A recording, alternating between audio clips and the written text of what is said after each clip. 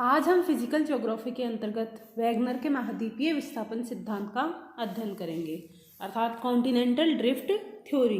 तो जो ये जो कॉन्टिनेंटल ड्रिफ्ट थ्योरी थी, इसका प्रतिपादन वैगनर महोदय, जो क्या थे, जर्मनी के क्लाइमेटोलॉजिस्ट थे, उनके द्वारा किया गया। वैगनर ने ये थ्योरी मुख्यतः इसलिए दी गई थी कि ये पेलियो क्लाइमेट को क्या करना चाहते थे, समझाना चाहते थे। इसका प्रतिपादन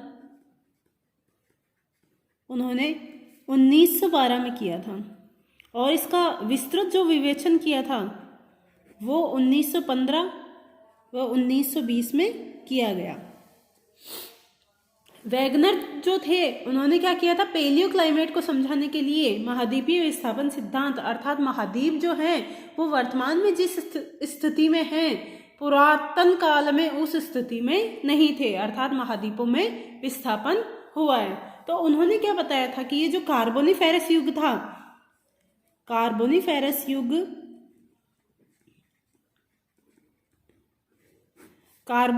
युग में सभी महाद्वीप क्या थे, आपस में जुड़े हुए थे। अर्थात अभी जो ये सारे महाद्वीप, अफ्रीका, एशिया, यूरोप, उत्तरी अमेरिका, दक्षिणी अमेरिका, ऑस्ट्रेलिया, ये सब जो अंटार्कटिका, ये सब जो महाद्वीप है, ये कार्बोनिफेरस युग में एक साथ जुड़े हुए थे। तो इसी महाद्वीप को उन्होंने, जुड़े हुए महाद्वीपों को, स्थलखंड को उन्होंने पेंजिया कहा। ये जो पेंजिया था, जिसको सुपर कॉन्टिनेंट भी कहा जाता था, ये क्या था, अपने चारों ओर से एक महासागर से घिरा हुआ था। उस महासागर को उन्होंने कहा पैंथालासा।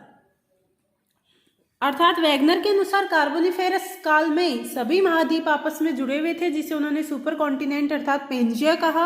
और यह पेंजिया अपने चारों तरफ से एक विशाल महासागर से घिरा हुआ था, जिसे उन्होंने पैंथालासा कहा। ये जो पेंजिया था, इसके उत्तरी भाग को अंगारा लैंड और इसके दक्षिणी भाग को वैगनर ने गोंडवाना लैंड कहा। ये उत्तरी व दक्षिणी भाग को के मध्य में क्या पाया जाता था, एक सागर पाया जाता था, जिसको उन्होंने टेथिस सागर कहा।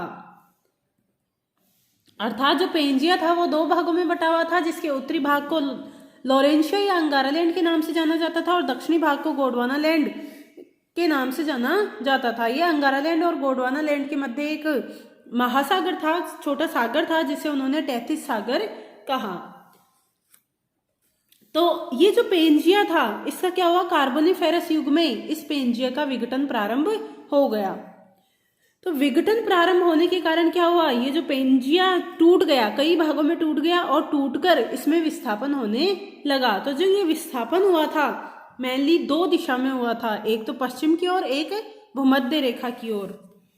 तो टूटा, पेंजिया टूटा क्यों? पेंजिया को टूटने के लिए दो बल, प्रवाह बल, जिनको प्रवाह बल यानी जिसके कारण महाद्वीपों में प्रवाह हुआ, वो मुख्यतः उसके लिए उत्तरदायी वैगनर ने दो बल बताए। पहला था जिसे गुरुत्व बल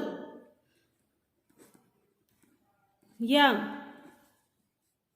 फोर्स ऑफ बायोन्सी के नाम से भी जाना जाता है,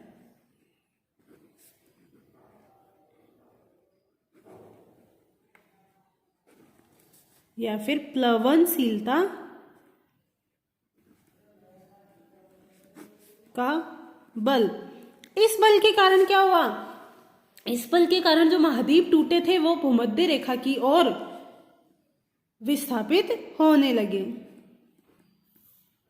यानी इस बल के कारण, गुरुत्व बल या फोर्स ऑफ प्लवनशीलता के बल के कारण महाद्वीपों में भूमध्य रेखा की ओर विस्थापन हुआ। और तो दूसरा बल था जिसे सूर्य व चंद्रमा का ज्वारीय बल। इसके कारण जो महाद्वीपों में विस्थापन हुआ वो पश्चिम दिशा में हुआ। अर्थात वैगनर ने बताया कि कार्बोनिफेरस काल में जो सुपर कॉन्टिनेंट पेंजिया था, उसमें विघटन प्रारंभ हो गया और पेंजिया के टूटने का मुख्य कारण, टूटने के लिए मुख्यतः दो बल उत्तरदायी थे। एक था गुरुत्व बल या फोर्स ऑफ बायोन्सी या फिर प्लवनशीलता का बल, दूसरा था सूर्य व चंद्रमा का ज्वारीय बल। तो प्लवनशीलता के बल के कारण महाद्वीपों में भूमध्य रेखा की ओर विस्थापन हुआ और सूर्य व चंद्रमा की ज्वारीय बल के कारण महाद्वीपों में पश्चिम की ओर विस्थापन हुआ। तो इस बल के द्वारा मुख्यतः देखा जाए तो इस सिद्धांत के द्वारा हम पर्वतों की भी व्याख्या कर सकते हैं। कैसे कर सकते हैं कि सूर्य व चंद्रमा के ज्वारीय बल के कारण मुख्यतः यूरोप, अफ्रीका, प्रायद्वीपीय भारत के भूमध्य रेखा की ओर प्रवाहित होने के कारण एक दूसरे के समीप आने से अल्पाइन व हिमालय पर्वत श्रेणियों का निर्माण हुआ। अर्थात ये जो प्लवनशीलता का बल था, इसके कारण जो महाद्वीपों में भूमध्य रेखा की ओर विस्थापन हुआ, मुख्यतः कौन से महाद्वीपों में? यूरेशिया में, अफ्रीका में और प्रायद्वीपीय भारत में। ये जब भूमध्य रेखा की ओर आए तो अल्पाइन पर्वत श्रेणी व हिमालय पर्वत श्रेणियों का निर्माण हुआ। और मुख्यतः जो अमेरिका, उत्तरी अमेरिका व दक्षिणी अमेरिका है, इन महाद्वीपों का जब पश्चिम की ओर विस्थापन हुआ तो उनके कारण ही रॉकीज व एंडीज जैसी पर्वत श्रृंखलाओं का निर्माण हुआ।